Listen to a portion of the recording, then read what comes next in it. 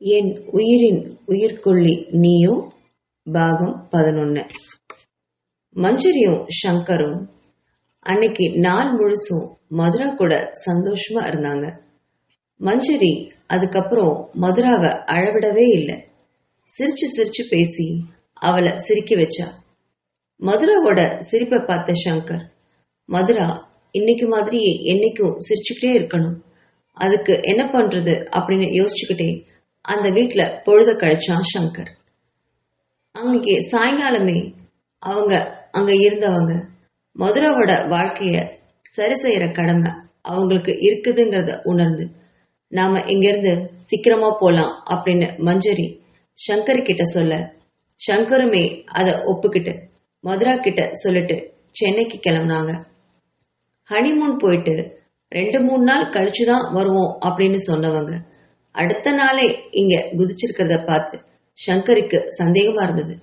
ஆனாலும் மஞ்சரி கிட்ட வாய் கொடுக்க அவளுக்கு இஷ்டமே இல்லை. மஞ்சரி சங்கரி கிட்ட இத பத்தி முதல்ல சித்தார்த்தோட அப்பா அம்மா கிட்ட சொல்லணும். என்ன ஆனாலும் இனி மதுரா அந்த வீட்டுல தனியா இருக்கவே கூடாது. 3 மாச குழந்தைய வயிற்றுல சுமந்துக்கிட்டு இருக்கிற அந்த பொண்ணை பத்தி அவங்க கிட்ட நம்ம கண்டிப்பா சொல்லணும். இப்படி தனியா விடுறதெல்லாம் எனக்கு சரியா படவே இல்லை. சித்தார்த்தோட அம்மா அப்பா கிட்ட நம்ம பேசினா கண்டிப்பா ஏதாவது ஒரு வழி கிடைக்கும் அப்படின்னு சொன்னா மஞ்சரி.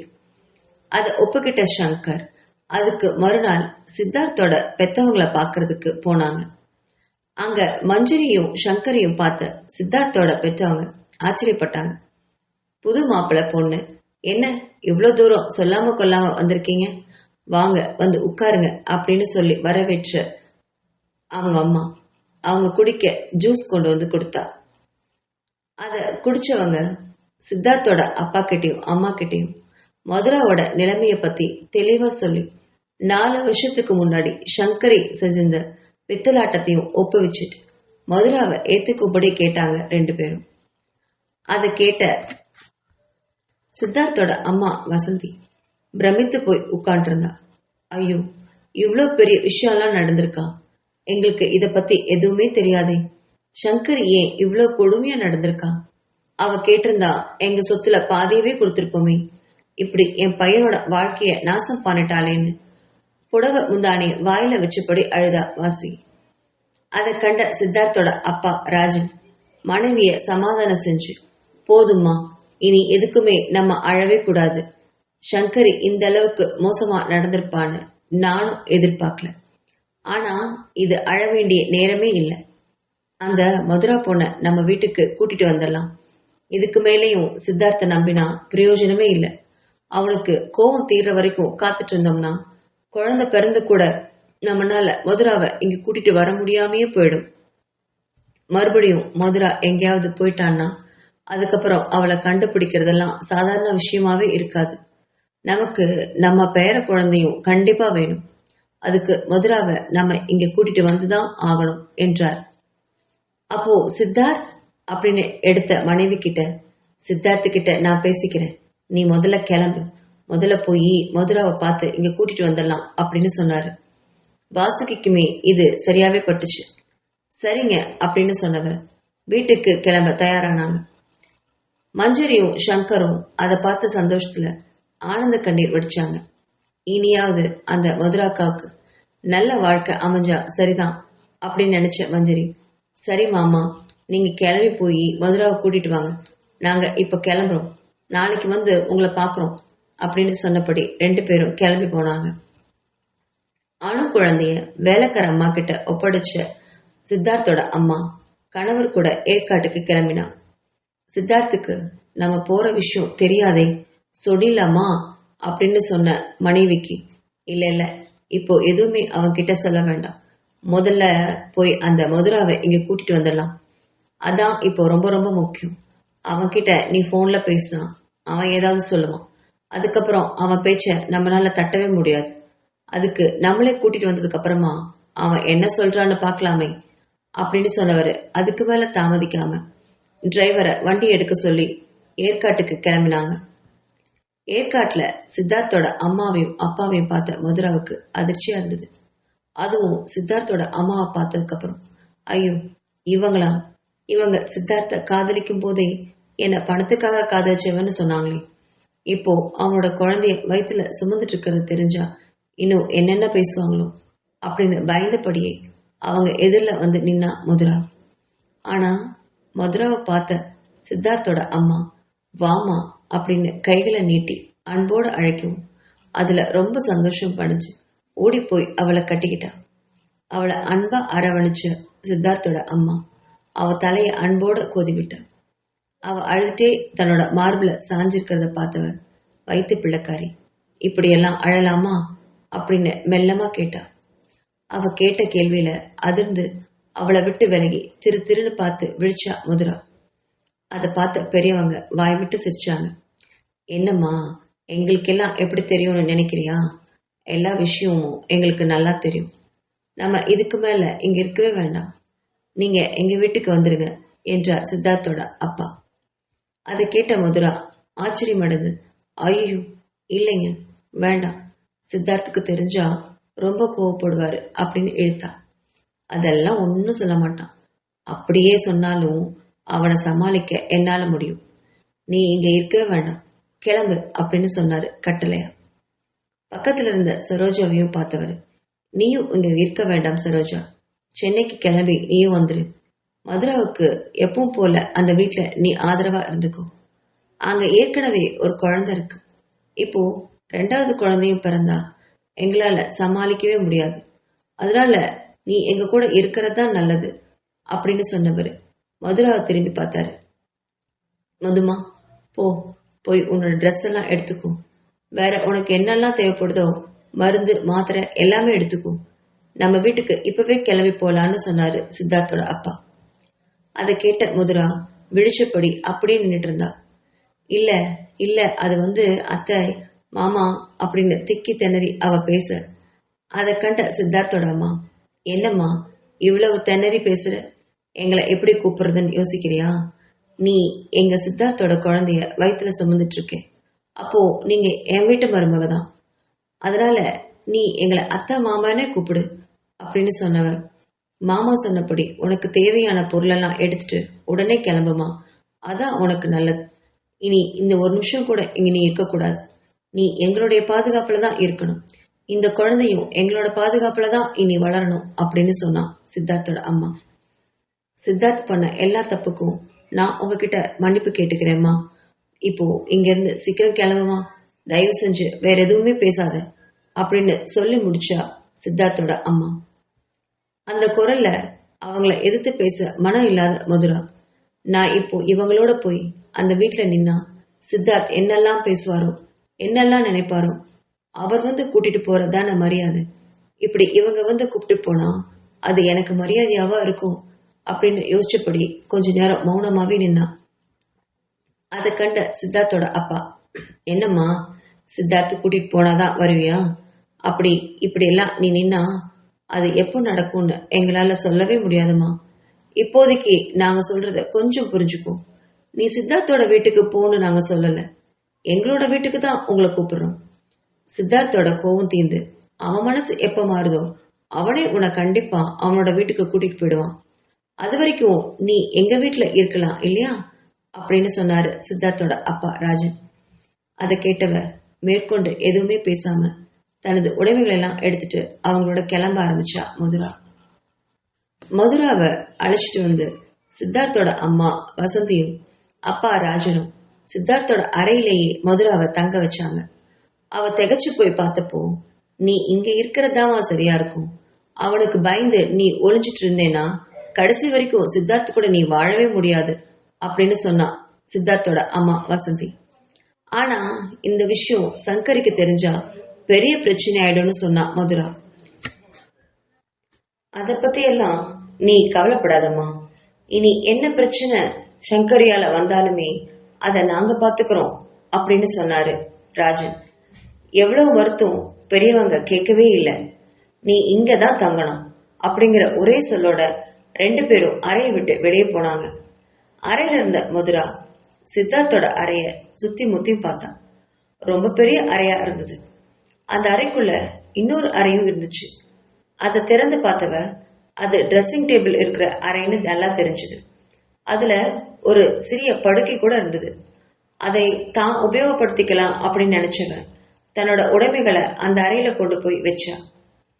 அதுக்கப்புறம் செய்யறதுக்கு என்ன வேலை இருக்கு அப்படின்னு யோசிச்சுப்படி படுக்கையில உட்கார்ந்து சித்தார்த்த எப்படி எதிர்கொள்றது அப்படின்னு யோசிச்சுக்கிட்டே இருந்தா மதுரா.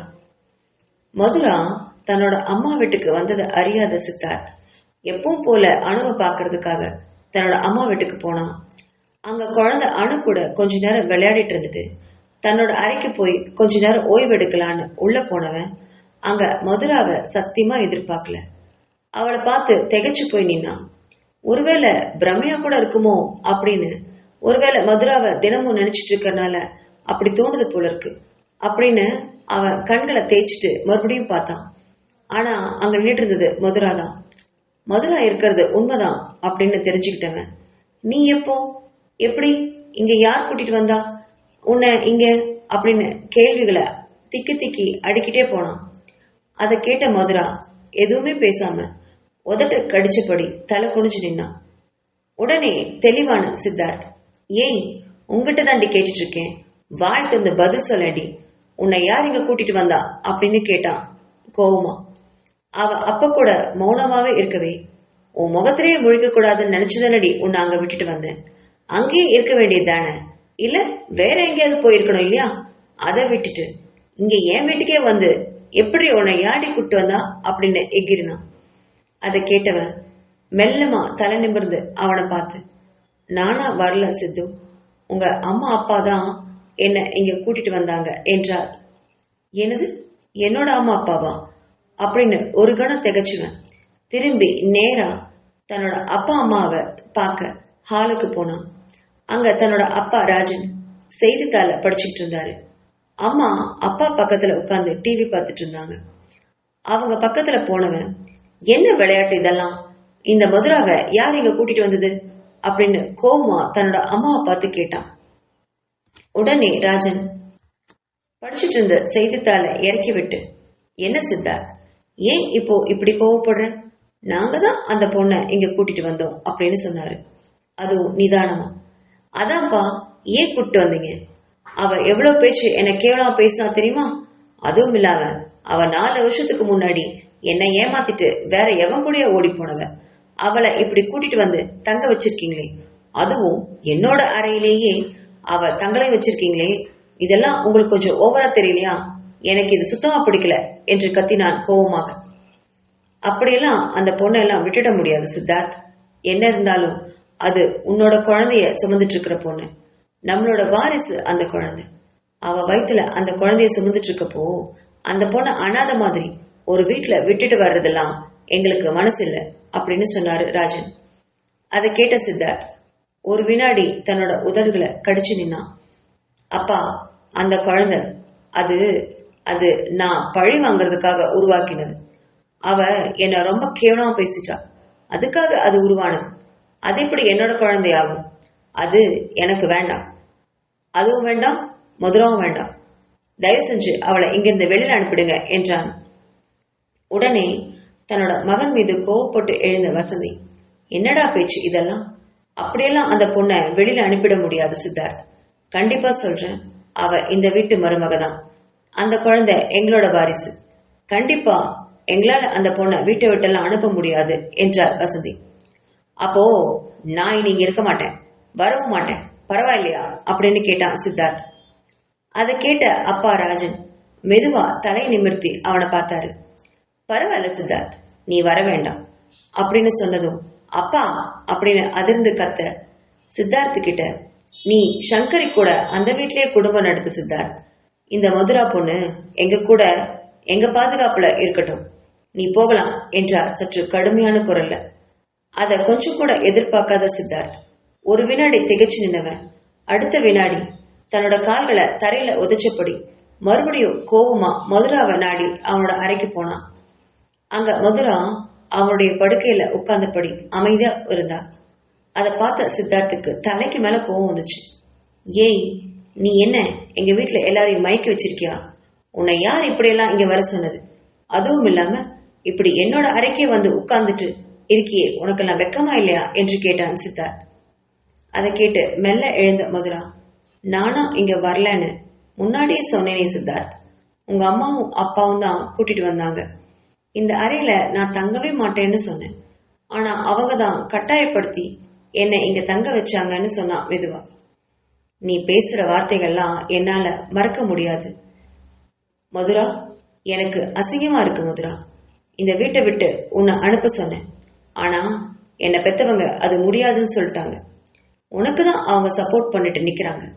நான் வரமாட்டேன்னு கூட சொன்னேன். அதுக்கு பரவாயில்லன்னு சொல்லிட்டாரு எங்க அப்பா. அதனால இனிமே இந்த வீட்டுல நான் வரமாட்டேன். இனி நீ இங்க சந்தோஷமா இருந்துக்கோ, நான் போறேன் அப்படின்னு சொன்னவன் அரைக்கதவை வேகமா திறந்து வெளியில போனான். அவன் போறதையே பார்த்துட்டு இருந்த மதுராவோட கண்கள் கலங்கி போச்சு. இவனுக்கு எப்படி சொல்லி தன்னோட நிலைமைய புரிய வைக்கிறதுன்னு அவளுக்கே தெரியல. கொஞ்ச நேரம் அழுதபடி உட்கார்ந்தவ கண்களை தொடச்சுக்கிட்டு மறுபடியும் ராஜனையும் வசந்தியும் பாக்குறதுக்காக ஹாலுக்கு போனான். அங்க சித்தார்த் இல்ல. அவன் வீட்டுக்கு அவன் போயிட்டான் போல இருக்கு அப்படின்னு நினைச்சவன் மெதுவா வசந்தி பக்கத்துல வந்து நின்னான். அவளை பார்த்த சித்தார்த்தோட அம்மா வசந்தி, வாமா வந்து இப்படி உட்காரு வா அப்படின்னு பக்கத்துல உட்கார வச்சுக்கிட்டான். பக்கத்துல அமர்ந்திருந்த மதுரா, அத்தை, நான் அப்பவே சொன்னேன் நான் இங்க வரவே மாட்டேன். நீங்க தான் கேட்கவே இல்லை. இப்ப பாருங்க, சித்தார்த் இங்க வரவே மாட்டேன்னு சொல்லிட்டு போயிட்டாரு. நீங்க அவரை இனி பார்க்கவே முடியாது. என்னால நீங்க இவ்வளவு கஷ்டப்படுறீங்க. நான் இந்த வீட்டை விட்டு வெளியில போயிடுறேன். நான் ஏற்காடு வீட்டுக்கு கூட போகல. வேற எங்கேயாவது நான் போயிடுறேன் அத்தை, என்னை விட்டுருங்களேன் பிளீஸ் என்றாள் மதுரா.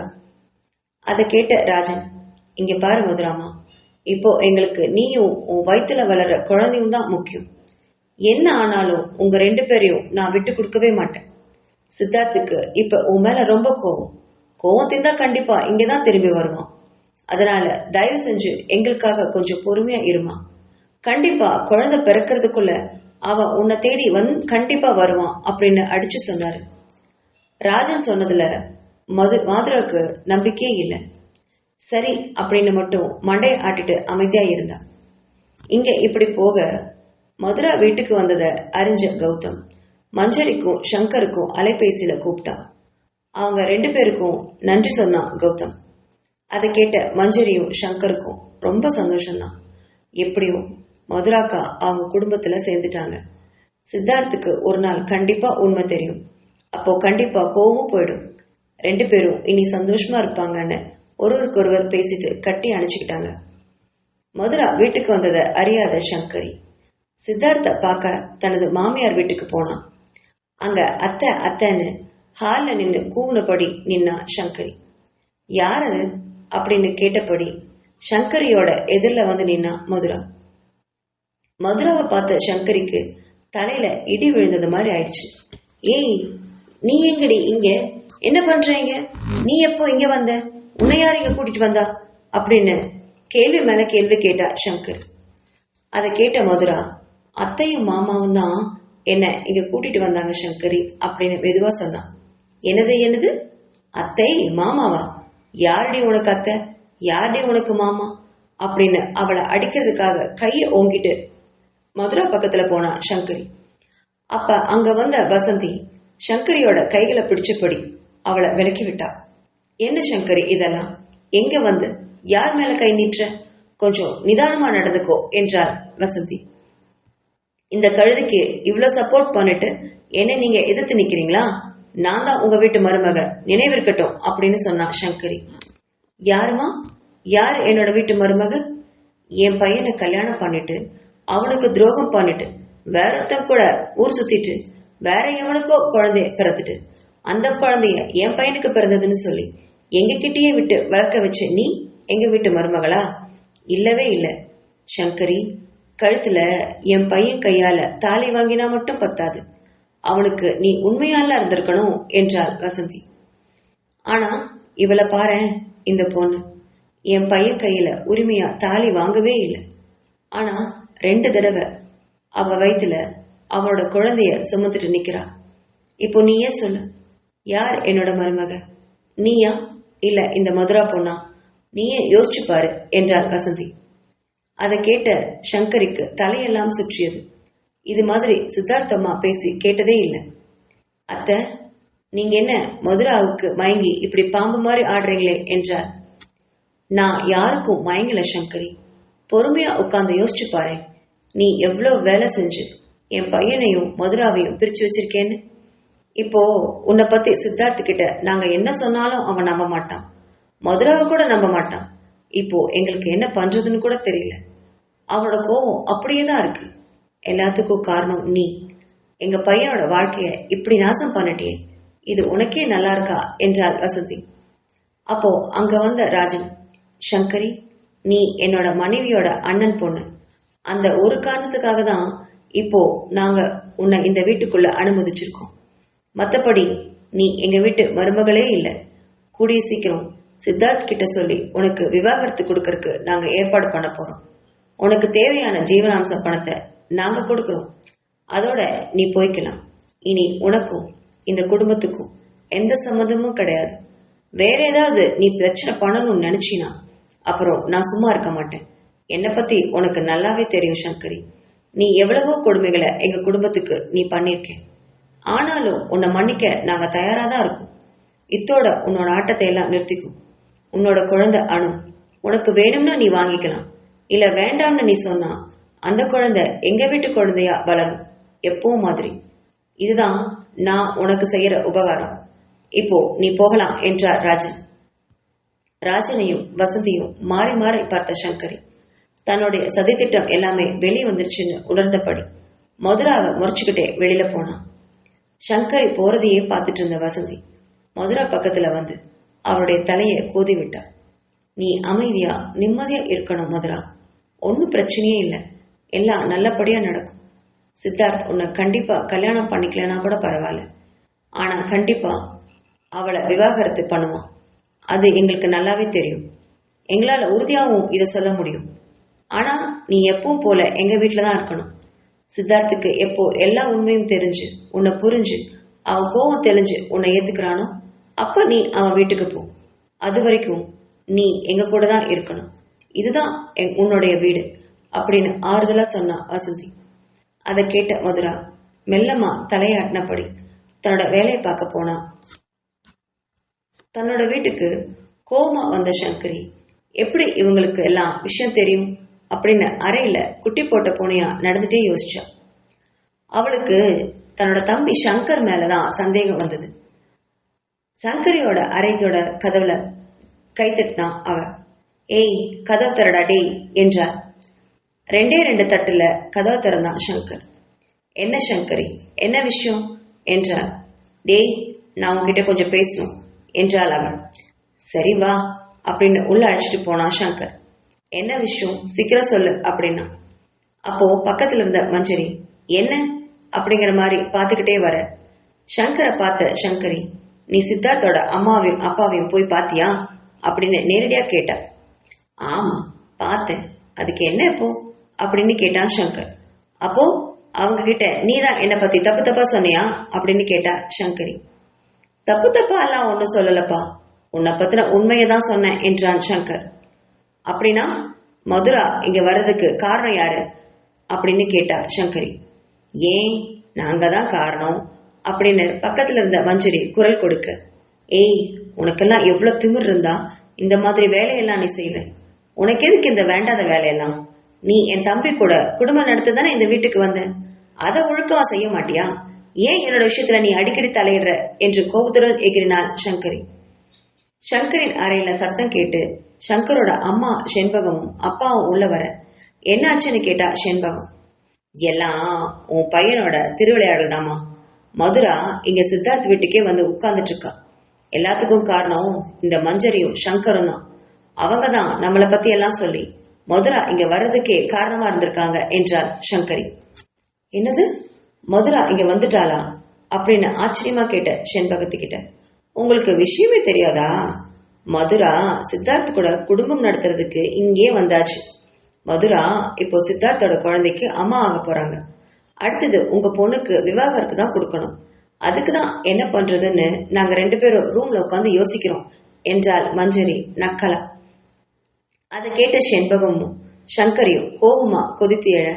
ஏய், நீ வந்து இங்க 1 மாசம் கூட ஆகல. அதுக்குள்ள என்ன வேலையெல்லாம் பண்ணி வச்சிருக்கே நீ? என் பொண்ணோட வாழ்க்கையை அழிச்சிட்டியே அப்படின்னு கேட்டா செண்பகம். யாரோட வாழ்க்கையை அழிச்சா? நானா உங்க பொண்ணோட வாழ்க்கையை அழிச்சேன்? நல்லா யோசிச்சு பாருங்க அத்தை. ஏதோ அந்த மதுராக்கா அனாத மாதிரி இருந்தாங்க. அவங்க ஏதோ ஒரு நல்ல ஆளை காதலிச்சு அவங்க காதலுக்குள்ள பூந்து அவங்கள பிரிச்சு வச்சு தனியா அனுப்பி வச்சு அவங்க மேல வீண் பழியெல்லாம் சுமத்தி அவங்க வாழ்க்கையை கெடுத்தது உங்க பொண்ணு, நான் இல்லை. சரி, அப்படி கெடுத்து சித்தார்த்த கல்யாணம் பண்ணிக்கிட்டாங்க. சரி, அவரையாவது சந்தோஷமா வச்சுக்கிட்டாங்களா? அதுவும் இல்லை. வேற ஒருத்தவங்க கூட ஊர் சுத்திட்டு வரன்னு இருக்காங்க. அதுல நான் உங்க பொண்ணோட வாழ்க்கையை கெடுக்கிறதா? உங்க பொண்ணோட வாழ்க்கையே கெடுத்துக்கிட்டாங்க. அதுக்கு நான் என்ன பண்ண முடியும் அப்படின்னு தெனாவட்டா பேசினா மஞ்சரி. அதை கேட்ட சங்கரி, ஏண்டி பேச மாட்ட? ஓடி வந்து தாலி கட்டிக்கிட்டவ தானே நீ என்றார். ஆமா, நான் காதலிச்சவரையே வீட்டை விட்டு ஓடி வந்து கல்யாணம் பண்ணிட்டேன் தான். யார் இல்லைன்னு சொன்னா? ஆனா அவர் கூட தானே நான் சந்தோஷமா வாழ்ந்துட்டு இருக்கேன். நீங்க அப்படியா பண்ணிட்டு இருக்கீங்க? நீங்களும் வாழ மாட்டீங்க, மற்றவங்களையும் வாழ விட மாட்டீங்க. இது என்ன லாஜிக்கு? எனக்கு புரியவே இல்லை. பேசாம சித்தார்த்த நீங்களே விவாகரத்து கொடுத்துட்டு ஒரு பெரிய தொகையா வாங்கி பேங்க்ல டெபாசிட் பண்ணிக்கோங்க. வர்ற வருமானத்துல நீங்க யார் கூட வேணாலும் சுத்தலாம், உங்களை யாரும் கேட்க மாட்டாங்க. உங்க குழந்தைய கூட அவங்களே வளர்த்துப்பாங்க என்றாள் மஞ்சரி. மஞ்சரிக்கும் சங்கரிக்கும் நடக்கிற அத்தனை வாய் சண்டைகளையும் சிரிப்ப வாய்க்குள்ள அடக்கினபடி வேடிக்கை பார்த்துட்டு இருந்தான் சங்கர். அதை பார்த்து முறைச்சா அக்கா சங்கரி. டேய், நீ என்னடா அவளை பேச விட்டு வேடிக்கை பார்த்துட்டு இருக்கியா என்று கேட்டாள். நீயா தான் என்கிட்ட பேச வந்த, நீயா அவகிட்ட வாங்கி கட்டிக்கிற, இதுல நான் எங்கிருந்து வந்தேன் என்று கேட்டான் சங்கர். இப்படி மாறி மாறி சண்டை போட்டுட்டு இருந்ததை கவனிச்ச சங்கரோட அப்பா, போதும் எல்லாரும் கொஞ்சம் நிறுத்துறீங்களா? இது என்ன வீடா இல்ல சண்டை கடையா? எப்ப பார்த்தாலும் இப்படி மாறி மாறி சண்டை போட்டே இருக்கீங்க அப்படின்னு கோவத்துல கத்துனாரு. அதை கேட்ட சங்கர் தன்னோட அப்பா இப்படி கோவப்பட்டு பேசுனதே இல்லை அப்படின்னு உணர்ந்தவன் அமைதியா நின்னான். சங்கரியும் அமைதியா நிக்க சங்கரியை பார்த்த அப்பா, இதோ பாருமா, நீ பண்றதெல்லாம் ரொம்ப பெரிய தப்பு, ரொம்ப பெரிய பாவமும் கூட. இதோட எல்லாத்தையும் நிறுத்திக்கும். இப்போ உனக்கு என்ன பிரச்சனை? நம்ம வீட்லயும் நிறைய பணம் இருக்குதானே, அப்புறம் எதுக்காக நீ சித்தார்த்தோட வாழ்க்கையில பூந்து இந்த மாதிரி விளையாட்டுத்தனத்தெல்லாம் நீ பண்ணிட்டு இருக்க? அந்த மதுரா பொண்ணோட வாழ்க்கையை நீ ஏன் அழிச்ச? அதுக்கு காரணம் என்ன தெரியுமா? பணம் எல்லாம் ஒரு பக்கம் இருந்தாலும் மதுரா மேல உனக்கு நிறைய பொறாமை. அதுதான் முதல் காரணம். முதல்ல அதை நீ மாத்திக்கோ சங்கரி. இப்போ உனக்கு என்ன பிரச்சனை? பணம் வேணுமா? சொல்லு. இந்த சொத்தை பிரிக்கிறதுக்கு வழி என்னவோ அதை நான் பாக்குறேன். அதை பிரிச்சு நீ வாங்கிக்கோ. அந்த சொத்தை நீ என்ன பண்ணணும்னு நினைக்கிறியோ பண்ணு. உன் வாழ்க்கையோட உன்னோட விருப்பப்படி அதை அமைச்சுக்கும். அதுதான் எல்லாருக்குமே நல்லது. அதை விட்டுட்டு சித்தார்த்தோட வாழ்க்கையில போய் மதுராவை அவகிட்ட இருந்து பிரிச்சு தேவையில்லாத சதி திட்டம் எல்லாம் போட்டு எதுக்கு நீ இவ்ளோ கெட்ட பேர் வாங்கிக்கிற? கொஞ்சம் யோசி சங்கரி என்று நிதானமாக அவளுக்கு அறிவுறுத்தினாரு. தன்னோட அப்பா இதுவரைக்கும் தான் கிட்ட இப்படி பேசினதே இல்லைன்னு உணர்ந்த சங்கரி மௌனமா அவரை நிமிர்ந்து பார்த்தா. அப்பா அப்படின்னு மெல்லமா அழைச்சா. இங்க பாருடா சங்கரி, தயவு செஞ்சு கொஞ்சம் புரிஞ்சுக்கும். சித்தார்த்துக்கு இப்ப வரைக்கும் நீ செஞ்ச விஷயம் எதுவுமே தெரியாதுன்னு நினைக்கிறேன். அப்படி தெரிஞ்சிருந்தா இந்நேரம் அவர் உன்னை சும்மா விட்டுருக்கவே மாட்டாரு. அதுக்கு முன்னாடி நீயே போய் அவர்கிட்ட பண்ண தப்புக்கு மன்னிப்பு கேட்டு திருந்துற வழியை பாரு. இல்லைனா உனக்கு அவர்கிட்ட இருந்து எந்த ஒரு பணமும் கிடைக்காது. ஜீவனாம்சம் எல்லாம் நீ எதிர்பார்க்கவே முடியாது. அதுக்கப்புறம் இந்த வீட்லயும் நீ இருக்க முடியாது. நானும் உனக்கு எந்த பணமும் கொடுக்க மாட்டேன், ஜாக்கிரதை அப்படின்னு மிரட்டிட்டு போனாரு அப்பா. அதை கேட்டவ பேய் அறிஞ்சது மாதிரி சங்கரோட அறையிலிருந்து வெளியில போனான்.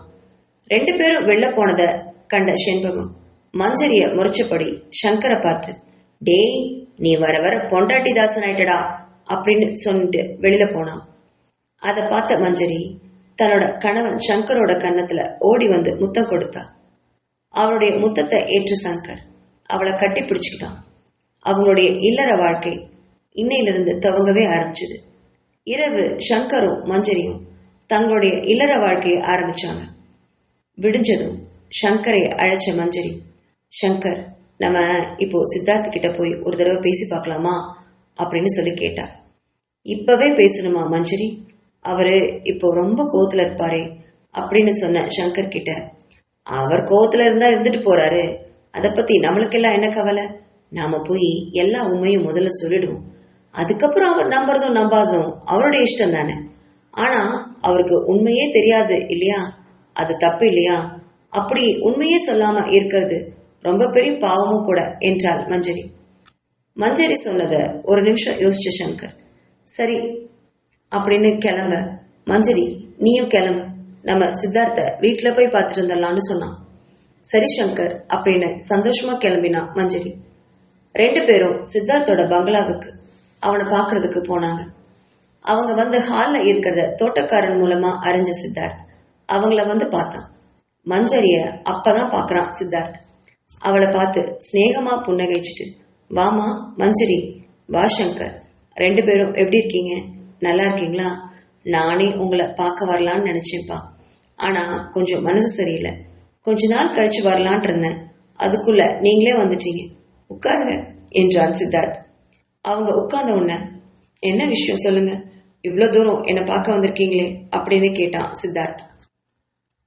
அண்ணா அப்படின்னு அன்போடு அழைச்ச மஞ்சரிய பார்த்தான் சித்தார்த். சொல்லுமா அப்படின்னு கேட்ட சித்தார்த் கிட்ட, அண்ணா நாங்க உங்ககிட்ட ஒரு உண்மையை சொல்லி மன்னிப்பு கேட்கலான்னு வந்தோம் அப்படின்னு பிடியோட சொன்னான். என்ன விஷயம்? மன்னிப்பெல்லாம் பெரிய வார்த்தையெல்லாம் பேசுறீங்க, சொல்லுங்க என்ன விஷயம் என்று மறுபடியும் கேட்டான் சித்தார்த்.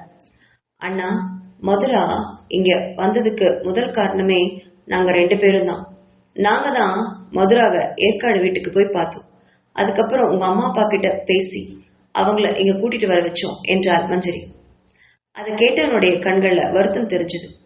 ஏமா நீங்க முதல்ல எங்கிட்ட எல்லாம் பேச மாட்டீங்களா? எதுவா இருந்தாலும் என்கிட்ட நீங்க முதல்ல பேசியிருக்கணும் இல்லையா அப்படின்னு கேட்டான் சித்தார்த். அது இல்லாதான் விஷயம் ரொம்ப சிக்கல்ல மாட்டிக்கிச்சு. சங்கரி தான் எல்லா பிரச்சனைக்கும் காரணம் அப்படின்னு சொன்னான் சங்கர். புரியாம விழிச்ச சித்தார்த் கிட்ட, ஆமா அண்ணா, சங்கரி தான் உங்க 2 பேரையும் பிரிச்சு வச்சா அப்படின்னு சொன்னான். அதை கேட்ட சித்தார்த் பலமா சிரிச்சான். அவன் சிரிச்சதை பார்த்த மஞ்சரிக்கும் சங்கரிக்குமே என்ன பண்றதுன்னே தெரியல. அண்ணா, நீங்க நாங்க சொல்றது நம்பலையா? நிஜமாவே 4 வருஷத்துக்கு முன்னாடி மதுராவை உங்ககிட்ட இருந்து பிரிச்சு சதி திட்டம் போட்டது சங்கரி தான். மதுராக்கா யார் கூடயும் ஓடி போகல. அவங்களுக்கு போதை மருந்து கொடுத்து இன்னொருத்தர் கூட இருக்க மாதிரி வீடியோ எடுத்து உங்ககிட்ட காமிச்சு என்னென்னமோ வேலையெல்லாம் பண்ணது சங்கரி தான். மதுராக்கா உங்களை மட்டும்தான் இப்ப வரைக்கும் காதலிக்கிறாங்க அப்படின்னு மென்மையா சொன்னா மஞ்சரி. அதை கேட்ட சித்தார்த்தோட விழிகள் பழிச்சிட்டு, இப்படியெல்லாம் சொல்ல சொல்லி மதுரா உங்ககிட்ட சொன்னாலா அப்படின்னு கேட்டான் சித்தார்த். சித்தார்த் சொன்னதை கேட்ட 2 பேருக்குமே, ஐயோ இல்ல சித்தார்த்தா, மதுரா அக்காவுக்கும் இதுக்கும் எந்த சம்மந்தமும் கிடையாது. சங்கரி தான் இதெல்லாம் பண்ணா, அதான் உண்மை அப்படின்னு சொன்னான் சங்கர். அதுக்கு ஏதாவது எவிடன்ஸ் இருக்கா அப்படின்னு திருப்பி கேட்டான் சித்தார்த். எவிடன்ஸா அப்படின்னு கேட்ட மஞ்சரி கிட்ட, ஆமா மஞ்சரி, நீங்க சொல்றதுக்கு சாட்சி இருக்கணும் இல்லையா? போதை மருந்து போட்டு இன்னொருத்தன் கூட இருந்த மாதிரி வீடியோ எடுத்ததா சொல்றீங்களே, அவனை இங்க இப்போ உங்களால கூட்டிட்டு வர முடியுமா அப்படின்னு கேட்டான் சித்தார்த். சங்கர் ஒரு வினாடி யோசிச்சுட்டு, அத்தான், அவன் 3 வருஷத்துக்கு முன்னாடி எங்க வீட்டுல வச்சு நான் பார்த்தது. அவன் சங்கர் கிட்ட பணம் கேட்டு வந்தான். அப்பதான் எனக்கு எல்லா விஷயமும் ஓரளவுக்கு புரிஞ்சுது. அப்போ உங்களுக்கும் சங்கரிக்கும் கல்யாணமே ஆயிருந்தது. இனி அவ வாழ்க்கையை நாம ஏன் கெடுக்கணும்னு நினைச்சுதான் நான் அமைதியா இருந்துட்டேன். அந்த 4 வருஷத்துக்கு அப்புறம் அவனை நான் பார்க்கவே இல்லை. இப்ப போய் நான் அவனை எப்படி தேடுறது அப்படின்னு கேட்டான் சங்கர். அதை கேட்ட சித்தார்த் சிரிச்சபடி, இதெல்லாம் நம்புற மாதிரி இல்லையே சங்கர், நீங்க மதுரா மேல ரொம்ப இரக்கம் காட்டுறீங்க. மதுரா என் கூட வாழணும்னு ஆசைப்படுறீங்க, அதெல்லாம் சரிதான். ஆனா அவ இன்னொருத்தன் கூட ஓடி போனது மட்டும் இல்லாம என்ன ரொம்ப கேவலமா வேற பேசியிருக்காளே. அந்த வார்த்தைகளை அங்கேயே நிறுத்திட்டான் சித்தார்த். அதை கேட்ட மஞ்சரிக்கு அவன் என்ன சொல்ல வர்றாங்கிறது நல்லா புரிஞ்சுது. இதுக்குமே சங்கரி தான் காரணம்னு இப்ப சொன்னா அவன் நம்பவே மாட்டான். என்ன பண்றது அப்படின்னு விழிச்சபடி மஞ்சரியும் சங்கரும் ஒருவர் பார்த்துக்கிட்டாங்க. அவங்க விழிக்கிறத பார்த்த சித்தார்த், அவ்வளவுதானப்பா, நீங்க பேச வந்ததெல்லாம் பேசி முடிச்சிட்டீங்கன்னா நீங்க இப்ப கிளம்பலாமே அப்படின்னு விட்டேத்தியா சொன்னான் சித்தார்த். அதை கேட்ட 2 பேருக்கும் முகமெல்லாம் சிரித்து போச்சு. சரிங்கத்தா அப்படின்னு சொன்னவன் மஞ்சரியை அழைச்சிக்கிட்டு அந்த வீட்டை விட்டு வெளியில வந்தான் சங்கர். அவங்க போனதும் சித்தார்த் அங்கேயே சில நிமிஷங்கள் உட்கார்ந்து யோசிக்க ஆரம்பிச்சான். இவங்க சொன்னது உண்மையா கூட இருக்கலாம், ஆனா சாட்சிதான் இல்லையே. சாட்சி இல்லாம மதுராவை நம்பி மறுபடியும் அவனுடைய காதல்ல விழ அவன் தயாராவே இல்லை. போதும், இந்த 4 வருஷமா அவன் அனுபவிச்ச வேதனை இன்னும் மனசுல ரணமாவே இருக்கு. மறுபடியும் அதே காதல்ல விழ அவன் தயாராவே இல்லை அப்படின்னு நினைச்சவன் ஒரு பெருமிச்சோட தன்னோட அலுவலகத்திற்கு கிளம்பினான் சித்தார்த். இல்ல மஞ்சரி, நான் அதுக்கப்புறம் அவனை பார்க்கவே இல்லைன்னு சொல்லிட்டு வந்துட்டு இருந்தான் கார்ல மஞ்சரி கிட்ட சங்கர். வீட்டை விட்டு வெளில வந்த மஞ்சரி கார்ல போகும்போது மதுரா கிட்ட வீடியோல இருந்த அந்த ஆளை பத்தி பேசிட்டே வந்தா. அதுக்குதான் சங்கர் நான் அவனை பார்க்கவே இல்லைன்னு சொல்லிட்டு இருந்தான். அப்போ மஞ்சரி, அவன் எங்க இருக்கான்னு எப்படி கண்டுபிடிக்கிறது? அவனை மட்டும் நம்ம கண்டுபிடிச்சிட்டோம்னா கண்டிப்பா எல்லா உண்மையும் சித்தார்த்துக்கு புரிய வச்சிடலாம். அதுக்கப்புறம் எந்த பிரச்சனையுமே இருக்காது. சித்தார்த் கண்டிப்பா புரிஞ்சுக்குவாருன்னு சொன்னான் மஞ்சரி. அதை கேட்ட சங்கர், அதெல்லாம் சரிதான், ஆனா எப்படி கண்டுபிடிக்கிறது அப்படின்னு திருப்பி கேட்டான். அது கேட்ட மஞ்சரி, பேசாம உங்க அக்கா கிட்டேயே போய் கேட்டலாமா அப்படின்னு கேட்டா. உனக்கு இப்போ மூளை ஏதாவது மழுங்கிடுச்சா மஞ்சரி? என்ன அடிக்கடி சொல்லிட்டு நீ போய் இப்படி லூசு மாதிரி பேசுறியே என்றான். அவகிட்ட கேட்டா அவ உண்மைய சொல்ல போறாளா என்ன? அவனை கண்டுபிடிக்கிறதுக்கு நம்ம வேற வழியதான் யோசிக்கணும் அப்படின்னு சொன்னான் சங்கர்.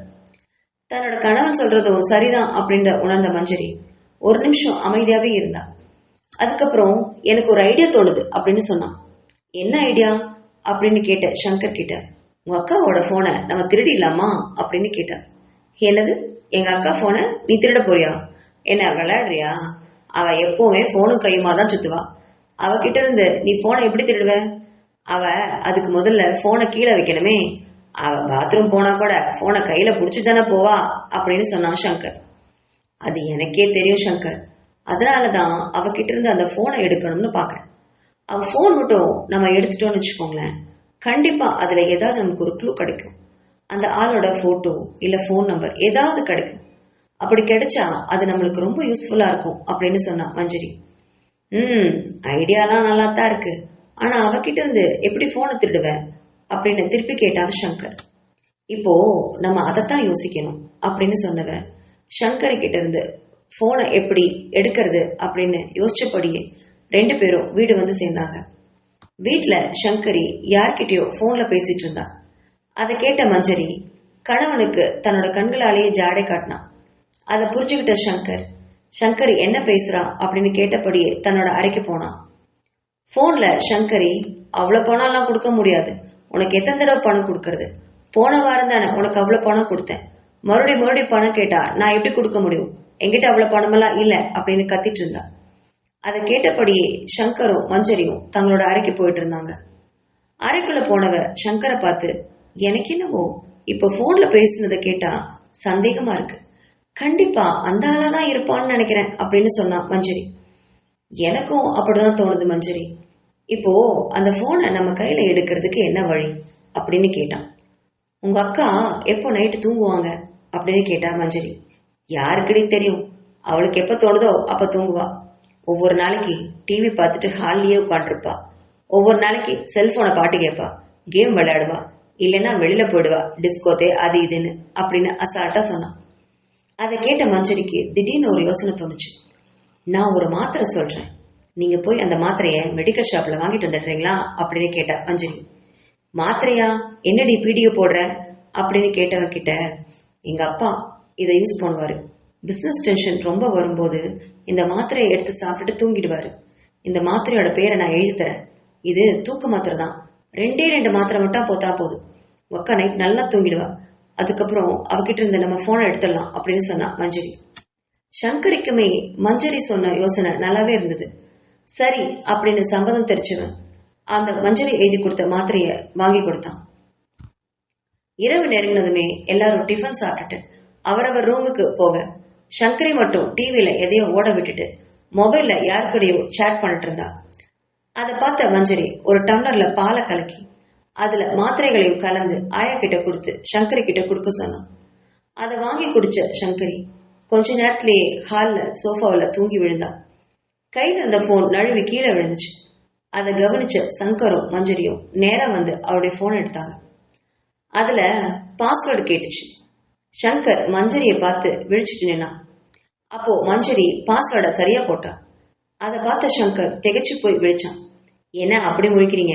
அதுதான் அவங்க அக்கா அந்த ஸ்கிரீன்ல தேய்ச்சு தேய்ச்சு பாஸ்வேர்டை அடையாளம் வச்சிருக்காளே, அப்புறம் என்ன அப்படின்னு சொன்னவன் சங்கரை பார்த்து, உங்க போன் எப்போ என் கை கிடைக்க மாட்டோம்னு தான் காத்துட்டு இருக்கேன் அப்படின்னு சொன்னான் நக்கலா மஞ்சரி. அதை கேட்டவன் தன்னோட போனை எடுத்து பாக்கெட்ல பத்திரமா வச்சுக்கிட்டான். இவ சரியான கேடி, மத்தவங்க பாஸ்வேர்டை எவ்வளவு அழகா போடுறா அப்படின்னு மனசுல நினைச்சவன், இவகிட்ட நம்மளே கொஞ்சம் இல்ல ரொம்பவுமே ஜாக்கிரதையா இருக்கணும் போல இருக்கு அப்படின்னு எண்ணிக்கிட்டே சங்கரை போனை வாங்கி அவரோட வாட்ஸ்அப் கால் எல்லாத்தையுமே பரிசோதிச்சு பார்த்தான். அப்போ வாட்ஸ்அப்ல ஒரு மெசேஜ் இருந்தது. தனக்கு 2 லட்சம் ரூபாய் பணம் வேணும், அதை கொடுக்க மறுத்தா உண்மையெல்லாம் சொல்லிவிட்டதா மிரட்டிருந்தான் ஒருத்தன். அவனோட டிபி எடுத்து பார்த்தான் சங்கர். அந்த டிபியில அந்த வீடியோல இருந்த அதே ஆள் இருக்கவும் சங்கரோட விழிகள் பழிச்சிட்டது. ஏய் மஞ்சரி மஞ்சரி, இவன் தான் அந்த வீடியோல இருந்தானே, அன்னைக்கு எங்க வீட்டுக்கு வந்து பணம் கேட்டானே, அது இவன் தான் அப்படின்னு சத்தமா கூவினான் சங்கர். ஷோ, ஏன் இப்படி கத்துறீங்க? உங்க அக்கா முழிச்சுக்க போறா. அதான் நம்மளுக்கு நம்பர் கிடைச்சிச்சுல்ல, முதல்ல அதை எடுங்க, அந்த நம்பரை எடுத்து சேவ் பண்ணுங்க அப்படின்னு சொன்னபடி நம்பரை சேவ் செஞ்சா மஞ்சரி. தங்களோட வேலை முடிஞ்ச உடனே அந்த போனை சங்கரி கிட்ட வச்சுட்டு 2 பேரும் தங்களோட அறைக்கு போனாங்க. தங்களோட அறைக்கு போனவங்க அந்த அலைபேசி நம்பரை மறுபடியும் எடுத்து செக் பண்ணாங்க. ட்ரூ காலர்ல அவனோட பேரு வேல்முருகன் அப்படின்னு வர அதை குறிச்சிட்டாங்க. இப்போ என்ன பண்றது மஞ்சரி அப்படின்னு கேட்ட சங்கர் கிட்ட. அவனுக்கு நம்ம போன் பண்ணா சங்கருக்கு விஷயம் தெரிஞ்சிடும் சங்கர், அதனால நாம அவனுக்கு போன் எல்லாம் பண்ண வேண்டாம். அவன் எங்க இருக்கான்னு மட்டும் நம்ம கண்டுபிடிச்சா போதும். அதுக்கு என்ன வழி? அதுக்கு ஏதாவது வழி இருந்தா சொல்லுங்க அப்படின்னு சொன்னான். அறையில குறுக்கு நெடுக்குமா கொஞ்ச நேரம் நடந்த சங்கர், ஒரு வழி இருக்கு. எனக்கு தெரிஞ்ச காலேஜ் ஃப்ரெண்ட் ஒருத்தன் போன் நம்பரை கொடுத்தா அட்ரஸை கரெக்டா ட்ரேஸ் பண்ணி எடுத்துருவான். அவன்கிட்ட போய் நம்ம ஹெல்ப் கேட்கலாமா அப்படின்னு கேட்டான் சங்கர். ஓ, அப்படி ஒரு ஆளு உங்ககிட்ட இருக்கானா அப்படின்னு கேட்ட மஞ்சரி கிட்ட. அட ஆமா, அவன் நம்ம காலேஜ் சீனியர் தான். மொபைல் எல்லாம் ஹேக் பண்றதுல ரொம்ப கெட்டிக்காரன். ஆனா நம்ம இப்பளுக்கு மொபைல் எல்லாம் தேவையில்லை, ஹேக் பண்ண போறது கிடையாது. ஒரு அட்ரஸை மட்டும் தானே கேட்க போறோம், கண்டிப்பா அவன் ஹெல்ப் பண்ணுவான் அப்படின்னு சொன்னான் சங்கர். சரி, அப்போ காலையில முதல் வேலையா அவங்க கிட்ட போய் உதவி கேட்கலாம் அப்படின்னு சொன்னான் மஞ்சரி. அட, காலையில எதுக்கு காத்துட்டு இருக்கணும்? இப்பவே அவனுக்கு ஒரு போனை பண்ணி அந்த நம்பரை அனுப்பிச்சா நம்மளுக்கு இப்பவே அட்ரஸ் கிடைச்சிடுமே. நம்ம காலையில போய் அவனை டைரக்டா பிடிச்சிடலாம் என்றான் சங்கர். ஓ, இதுவும் நல்ல ஐடியாவா இருக்கே அப்படின்னு சொன்ன மஞ்சரி. சீக்கிரமா அவருக்கு போன் பண்ணுங்க அப்படின்னு சொன்னான். உடனே அந்த ஃப்ரெண்டுக்கு அழைச்சு விஷயத்த சொல்லி போன் நம்பரை வாட்ஸ்அப்ல அனுப்பி வச்சான். அடுத்த 1 மணி நேரத்துல அவனுடைய வீட்டு விலாசம் சங்கருக்கு கிடைச்சிருச்சு. அதை வாங்கின சந்தோஷத்துல 2 பேரும் கட்டி அணைச்சபடி தங்களோட மகிழ்ச்சியை பகிர்ந்துகிட்டாங்க. தனது அலுவலக வேலையெல்லாம் முடிச்சுட்டு இரவு தாமதமா தான் வீட்டுக்கு சித்தார்த் வந்தான். வீடு ரொம்ப வெறுமையாவே இருந்தது.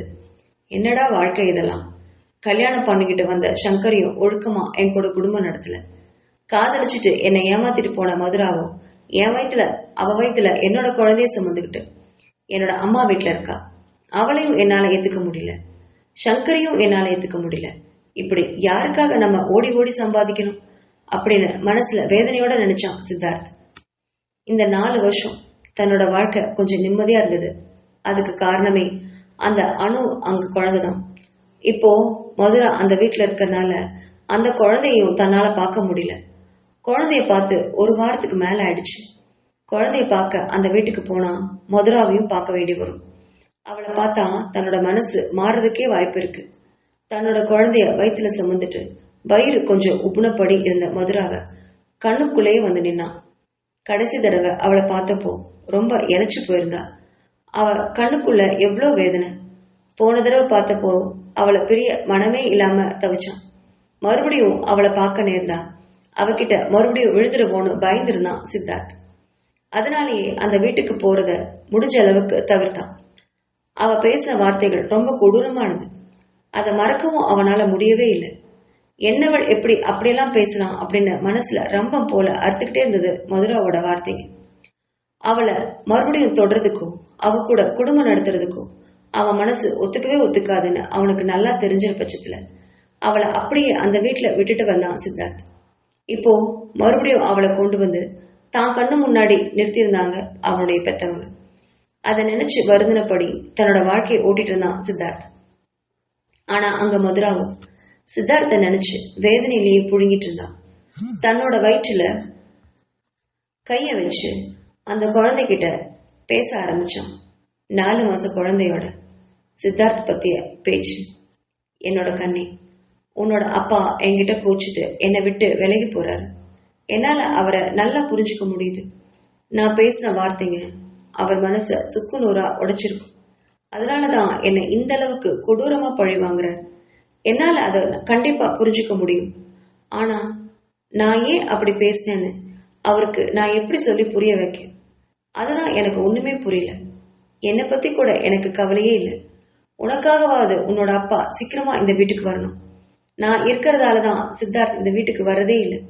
நீ பிறந்தப்புறம் கூட உங்க அப்பா உன்னை பார்க்க வராட்டி நான் என்ன பண்றது? உன்னை பெத்து கொடுத்துட்டு நான் சாகிறதுக்கு கூட தயாரா தான் இருக்கேன். அவராவது அவருக்கு பிடிச்ச பொண்ணை கல்யாணம் பண்ணிட்டு சந்தோஷமா இருக்கட்டும் அப்படின்னு தன்னோட குழந்தைகிட்ட புலம்புனபடி தூக்கத்துல ஆழ்ந்து போனா மதுரா.